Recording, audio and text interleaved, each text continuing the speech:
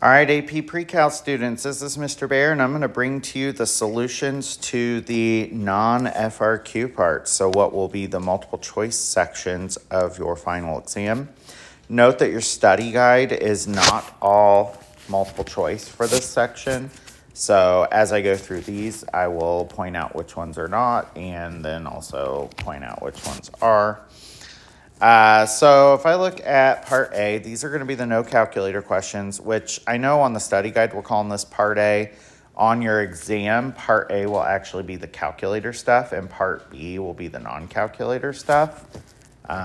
So just don't even worry about that. But these first questions we're going to do are not going to be calculator active, so we will need to make sure that we are knowing how to do these without one, okay? All right, so number one, I am given 5 different inputs, and I need to evaluate what the output would be, all right? So A is saying f of 1 equals log base 2 of 1. So what will that value be? Well, you need to ask yourself 2 to what power equals 1? So the answer would be 0, okay? All right, for the next one, we're saying f of 2 is equal to log base 2 of 2. So 2 to what exponent equals 2? Well, that would be 1. Next one, f of 4 is equal to log base 2 of 4. So you're asking yourself 2 to what power gives you 4? Well, that would be 2. Okay. Next one, f of 1/8 is going to be log base 2 of 1/8. So ask yourself 2 to what power equals 1/8? Well, the answer to that would be -3. And for the last one, f of -2 equals log base 2 of -2. So you ask yourself 2 to what power equals -2? And you would find that there's no solution to that, okay? And that's because we cannot evaluate negative logarithms, okay? All right. You'll see me periodically do that so that it will track my answers. All right, for the next one, we're supposed to decide if each function here is going to be concave up or concave down, and if it's increasing or decreasing. I'm going to do this by sketching a graph. Okay. All right, so on this first one, I notice my b value is 1/2, so that means it must decay. And so when I graph it, it will look something like this. And there are no reflections, so I have graphed this. And so now I'd say this is decreasing. And it is concave up. Okay. For the next one, this would normally be growth. And it would normally graph something like this. And the reason that's growth is because 4/3 is bigger than 1. But you'll notice that we do have a vertical reflection here. So that's going to cause my graph to graph more like this. All right, so that's going to make it decreasing and concave down. Okay. All right, I do that periodically so it saves my ink. All right, next question. If I look at this one, normally this would be growth. So I would sketch it like so. But I notice that we have a horizontal reflection here because the negative's in front of the x. So that's going to cause the graph to flip sideways, or like flip over the y-axis. So it'll look something more like that. So this will be decreasing and concave up. Okay. For the fourth one here, for this one I have a base of e. Remember, e is about 2.718, which means it is growth. All right, so the initial graph of this would graph like so. But we have a vertical reflection, which would cause the graph to graph downward. And we also have a horizontal reflection. So that will cause the graph to flip over the y-axis, which would make it look like this. So the final answer for this is it's going to be increasing and concave down. Okay? Now, some of y'all may say, Mr. Bear, what if I did the horizontal one first and then the vertical one? Well, if I had done that, I'll just kind of do this as an aside. If I start with what my original graph would have looked like, and if I had done the horizontal flip first, that would have been this. And then I would have done the vertical flip after that, I'd still end up with the same graph. So it doesn't matter the order that you do those transformations, or those reflections, should I say. All right, so that is that question. Let's go ahead and look at the next one, okay? For the next one, notice this one says it is multiple choice. So for this one, we can treat it like a multiple choice. In the xy plane, the rational function f has a hole at x equals 6. Okay? Holes mean that we had to have a factor canceled. So canceled factor of x minus 6. And it cannot be, so can't be left in the bottom. All right, so that's what makes a hole. All right, so in this case, I need the factor of x minus 6 to cancel out. Well, that doesn't happen in option A. Doesn't happen in option B. It does happen in option C. And when I cancel them out, I don't have that factor in the denominator anymore. And in D, it doesn't happen. So the answer to this one had to be C. Okay? All right, for the next one, it says rewrite the exponential function so that it is a vertical dilation instead of a horizontal translation. What this means is get rid of the plus or minus on the x.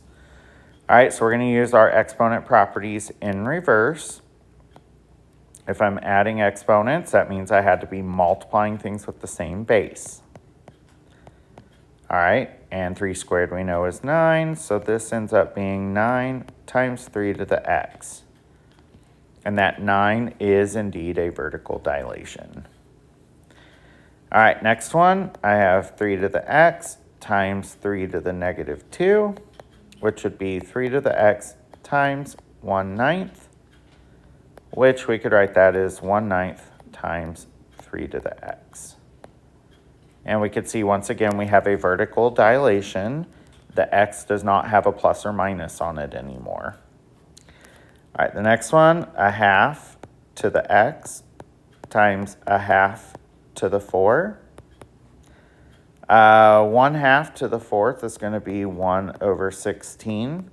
So we get 1/16 times 1/2 to the x. On the fourth one here, we're going to have 1/2 to the x times 1/2 to the negative 4. When you have a fraction to a negative exponent, that means you do the reciprocal of that fraction, and then your exponent ends up being positive. So this just is 16. So we have 16 times 1/2 to the x. Okay? All right.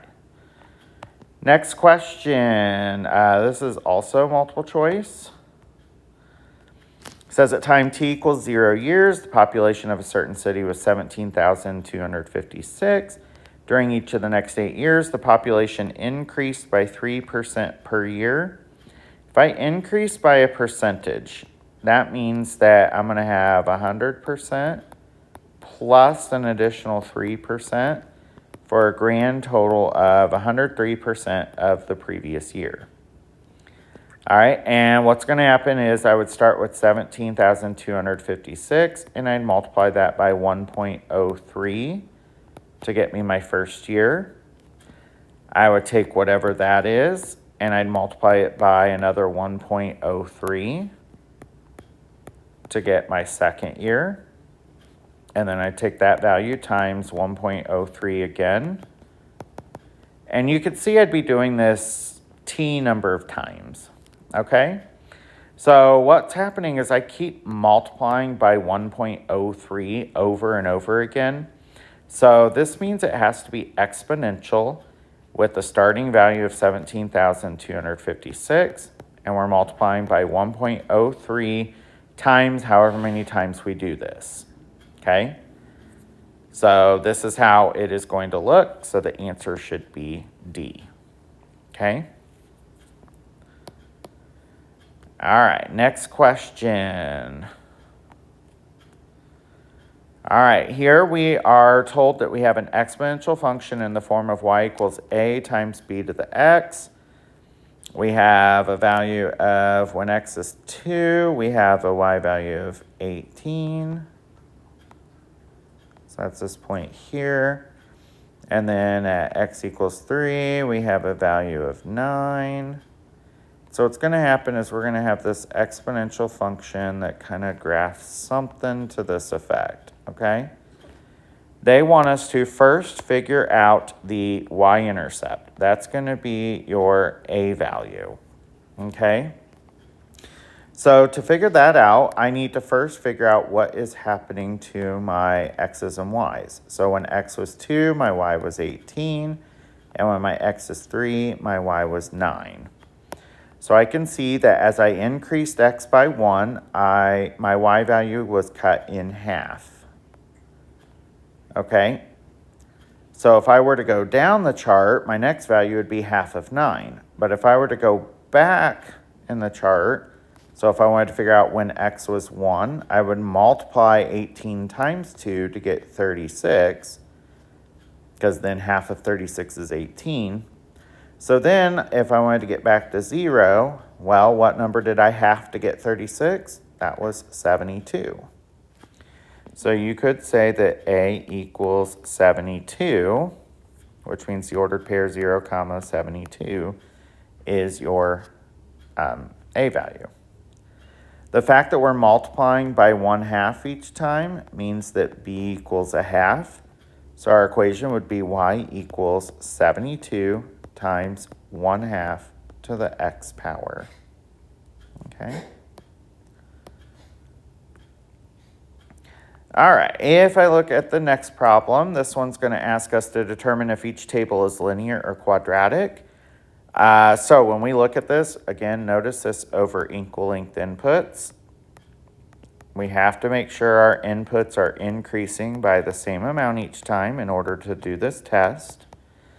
So we could see that our inputs are increasing by 2 each time. So now we check the outputs. To go from -10 to -6, I went up 4. Then from -6 to -3, I go up 3. -3 to -1, I go up 2. And from -1 to 0, I go up 1. I could see that those first differences, those changes, are not constant, so it can't be linear, all right? So now I check for quadratic. All right, so quadratic says that if I do the changes that I did, those should be the same. And in this case, it is. So this is quadratic. The second differences are constant. Now, keep in mind that they could also say that the first changes are linear, which is true because then when you do the changes of those, they would be constant. They might also say that the changes of the changes are constant. So it's just important that you know the different wordings for that. All right, let's look at the next one. On the next one, again, if I check my inputs, I am increasing by the same amount each time. So we have equal length inputs. For my outputs, I subtract 3, subtract 3, subtract 3, subtract 3. Since those are all the same, it'll be linear. That's because the first differences, or just simply the first changes, are constant. Okay? All right. Let's see where we're at now. Okay. This next one, there's a little bit of a typo on this. G of t should not have double ln's. Whoops, sorry about that. Okay. So what they're saying here is f is given by the function f of t equals e to the t, and g of t is 6 times natural log of t. And they want us to find h of t, which is f composed with g of t. That's just the same thing as saying f of g of t. So what that means is we want to take our f function, which is e to the something, and we're going to replace that something with g of t, which is 6 natural log of t. All right, if we apply our logarithm properties, we are multiplying here. So I can write this as e to the natural log of t to the 6th, right?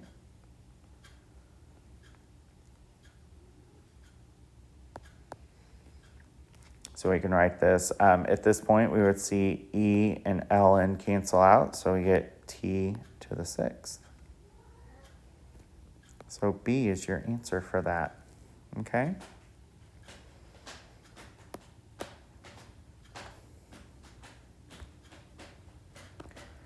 Sorry if you're hearing scratching in the background. I do have cats, and they are quite active at this moment, so hopefully they will not be too distractive.